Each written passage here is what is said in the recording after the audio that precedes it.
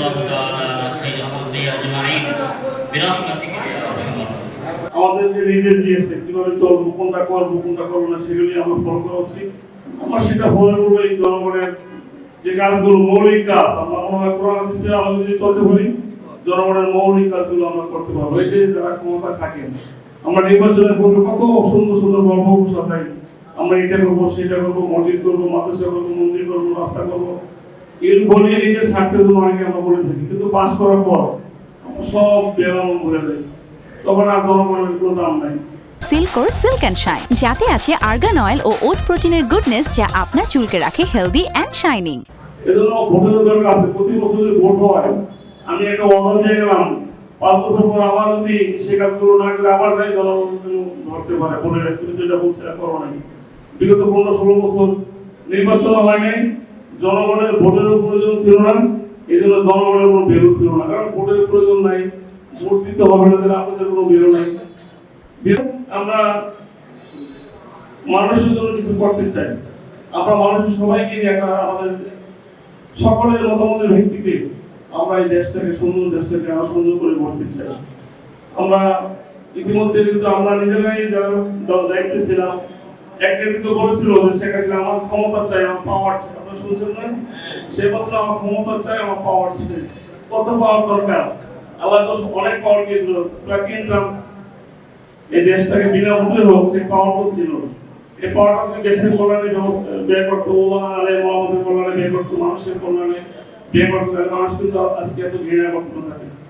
এখন কিন্তু বাংলাদেশের সকল লোক বলে আমরা আমলিক করি না, এখন করে না, কিন্তু আমলিকটা এমন একটা ঘৃণিত একটা বিষয় হয়ে গেছে, কেউ আর স্বীকার করে না যে আমি আমলিক করি, কেউ জামাত করি না, কেউ বিএনপি করি, মানে আমলিকটার পরিচয় দিতে এখন তারা এখন লজ্জা বোধ করে। পার্টিটাকে কোন অবস্থা ছেড়ে গেছে, একটা পার্টি অনেক প্রাচীন পার্টি আওয়ামী লীগ, কিন্তু এই পার্টির অবস্থানটা এখন সর্বনিম্ন পর্যায়ে চলে গেছে। রাজনীতিবিদদের মানুষ ঘৃণা করে, আমি দেখছি এই 16-17 বছরের রাজনীতিবিদদের পুলিশ যে পার্টি করুক না মানুষের শুনে শুনে তাকে দূর চোরটাকে প্রাপ্ত হয়, মানুষের কোনো ধারণা হয়ে গেছে।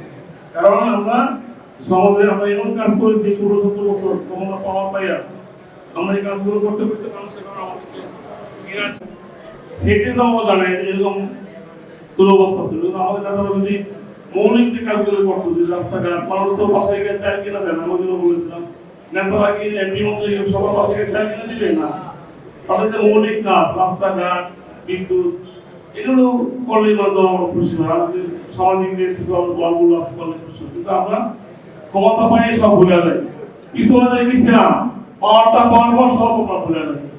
যারা আমাদের অনেক খারাপ হয়ে গেছে, আমাদের গোসল নেবো, আমাদের মিটিং আছে, আপনারা সবাই মসজিদ থেকে নামাজ পড়ে আসছেন, আমরা সম্ভবত একসাথে ডিনারটা করতে পারবো আপনাদের সাথে। আমার ইচ্ছা ছিল আজকে আপনাদের সাথে পরিচিত হবো, আপনারা আমাকে চিনলেন, আমরাও আপনাকে চিনলাম, আলেমদের সাথে চলার চেষ্টা করি। একদম আমার জীবনের শুরু থেকে আমি আলেম হলো আমার বাবা, আমার ভাই বোন, আমরা সবাই আলেম আলমদের সংঘর্ষে থাকার চেষ্টা করি। আমাদের সাথী হই আলেম হচ্ছে নায়ক রসুল, আমরা রসুলের দেখি না, আমরা আপনাদের পাশে থাকতে পারি, তাহলে মনে করলাম না একটা নায়ক রসুলের পাশে থাকলাম। আপনাদের দোয়া চাই, সহযোগিতা চাই। আমার নেত্রী খালাদি অনেক অসুস্থ ছিল, আপনাদের সকলের দোয়ায় উনি সুস্থ হয়ে কিছুটা সুস্থ হয়েছে। আপনারা দোয়া করবেন ওর জন্য সুস্থ হয়ে দেশের মানুষের পাশে থেকে দেশের সেবা করতে পারে। আমার নেতা ভারপ্রাপ্ত চেয়ারম্যান তারেক রহমান, ওনাকে অনেক কষ্ট দিচ্ছে, ওনাকে আপনারা অনেকে জানেন না, আর্মি বেঁধে পিটাইয়া রক্তাক্ত করে ওনাকে পরে বলছে তুমি দেশ ছেড়ে চলে গেলে তোমাকে ছেড়ে দিব, উনি দেশ ছেড়ে চলে যেতে বাধ্য হয়েছে। এখন আল্লাহর রহমতে সকল মামলা থেকে তারেক রহমান খালেদা জিয়া মুক্তি পেয়েছে। তারেক রহমান সাহেব যেন অতি দ্রুত দেশে এসে মানুষের পাশে থেকে দেশের সেবা করতে পারে এবং আমাদের পার্টির হালটা ধরতে পারে। আপনাদের দোয়া চাই, আপনাদের সহযোগিতা চাই।